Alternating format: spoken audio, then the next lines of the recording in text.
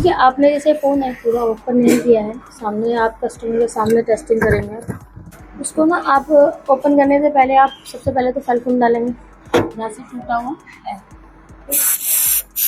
2-3 बार cell phone डाल देंगे जहाँ से टूटा हुआ है, जिससे कि अगर जैसे कोई कांच पिंच हो अंदर दबा हुआ हो या कोई डॉट हो लाइन में, तो आपको पता चल जाता है। ठीक है, 85 टेम्परेचर पे आप इसको 2 मिनट के लिए आपको फ़ोन ऑन में खोलेंगे नहीं, आप इसको रख देंगे, जिससे कि हीट होने पर और ग्रीन डिस्प्ले या तो ग्रीन होने का जो चांस होते हैं वो आपके सामने आ जाते हैं। ब्लैंक का इशू, ब्लिंकिंग का issue, line issue, dot issue, तो सारी चीज़ें आपके सामने आ जाती है क्योंकि ऑलरेडी हमने लिक्विड डाल दिया था।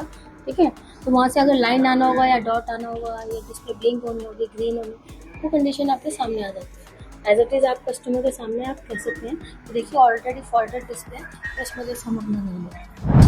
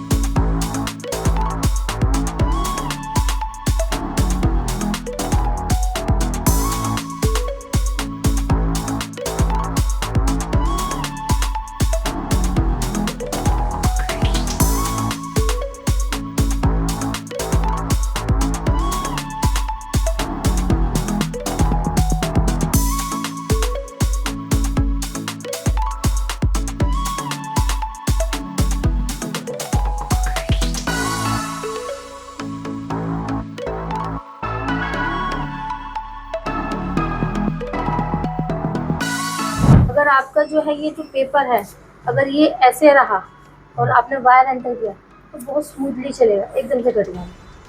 तो इसका आपको ध्यान रखना पड़ेगा कि प्रैक्टिस में आप जैसे ऊपर नीचे चला जाएगा तो हार्ड लगेगा, क्योंकि ये जो ग्लू वायर है चलने नहीं देगी जल्दी। अगर इधर रहेगा तो वायर जब चलेगी ना हमारे स्मूथली चलेगी, कोई दिक्कत नहीं रहेगी। तो सिर्फ मतलब ग्लू को कटिंग करेगी, प्रेशर नहीं लगेगा। तो जैसे ही आपको लगे, क्योंकि एक चीज़ माइंड में क्लिक कर दी, हमें पता है कि फ्लक्स कहाँ होना चाहिए, तो आप दोनों तरीके से याद रखोगे। अगर इनके सबको याद नहीं रहे फिर भी आप देखोगे डिस्प्ले जब फिट करोगे कि आपका जो फ्लैक्स है वो किधर किधर, तो माइंड में क्लिक रहना चाहिए यहाँ पे फ्लैक्स है।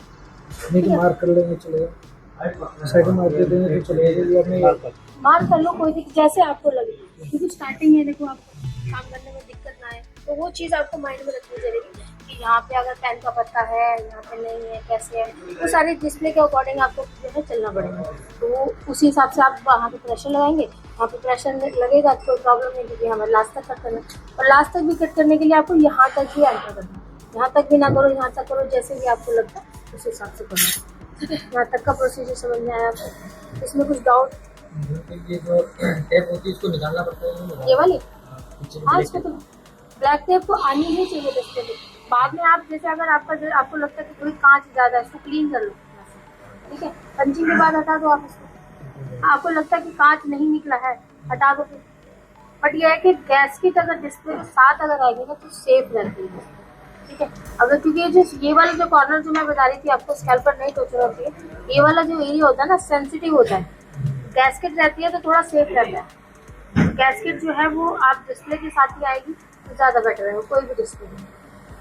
मैम अगर फुल डिस्प्ले होगी फिर वो जो पंच आपने होल किया था वो तो उसमें नहीं करना ना, उसमें तो सिर्फ ग्राइंडर यूज़ करना है। वही मैंने बताया ना कि बेसिकली वैसे हम ग्राइंडर का यूज़ ही करेंगे, बट फिर भी आपको मैंने दोनों मेथड बता दिए। तो बेजल वाली डिस्प्ले में आप उसका भी यूज़ कर सकते हो, उसका भी, बट आप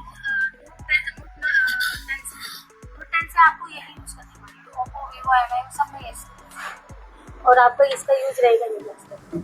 बस पोस्ट नोट 9 तक ही है इसका यूज, वैसा नहीं है इसका।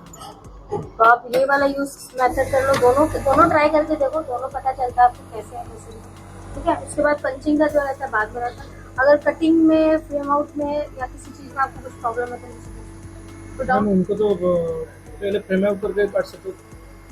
पहले फ्रेम आउट करके भी काट सकते हैं, बट इसमें क्या होता है सेफ रहता है, क्लीनिंग भी इनमें सेफ रहता है आपका, क्योंकि डिस्प्ले आपको पकड़नी पड़ेगी, तो क्लीनिंग के लिए आपको पकड़नी पड़ेगी। अभी आपका हैंड स्किल आपका है नहीं जनरेट में, आप फ्रेशर हो अभी इस मामले में ना, ठीक है। तो आपको काम ऐसा करना है जो काम मेरा अच्छे से चले और मैं काम करने में एक्सपर्ट हो, फिर वो जो बाद का प्रोसीजर रहता है तो जो आप अपना माइंड लगा के कैसे भी कर सकते हो। ये तो सब मैम सैमसंग को तो हो जाएगा, जो तो निकाल जाएगा साइड में थोड़ा सा। नहीं, करने लगता है कुछ करो, क्लीनिंग करो जैसे मैंने करा है ना, सेम मेथड रहेगा आपका। फ्लैट का भी फ्लैट का नहीं, फ्लैट का नहीं रहेगा। फ्लैट में तो ये है ना कि अगर आप जैसे फ्लैट में अगर लेंस पे से टूटा हुआ है तो फ्रेम में ही कट करोगे। अगर यहाँ से कहीं से टूटा हुआ है और फ्रेम में मतलब कट, उसको कट कर लो और मतलब बाहर निकाल लो। फ्लैट में आप फ्रेम में भी कट कर सकते हो और निकाल भी सकते हो। सेम इसमें भी यही है, आप फ्रेम में भी कट कर सकते हो और निकाल के भी कर सकते हो, क्योंकि आजकल निकालने वाला मेथड चल रहा है और ये सेफ मेथड है। उसमें रिस्क रहेगा, उसमें थोड़ा रिस्क है, इसमें आप देख रहे हो, आपका जैसे हमारा वायर अटक गया हमने वहीं रोक दिया, उसमें आप देख नहीं पाओगे ना, कहीं से कट गया, आपने चला दिया, वायर चला दिया, कट गया।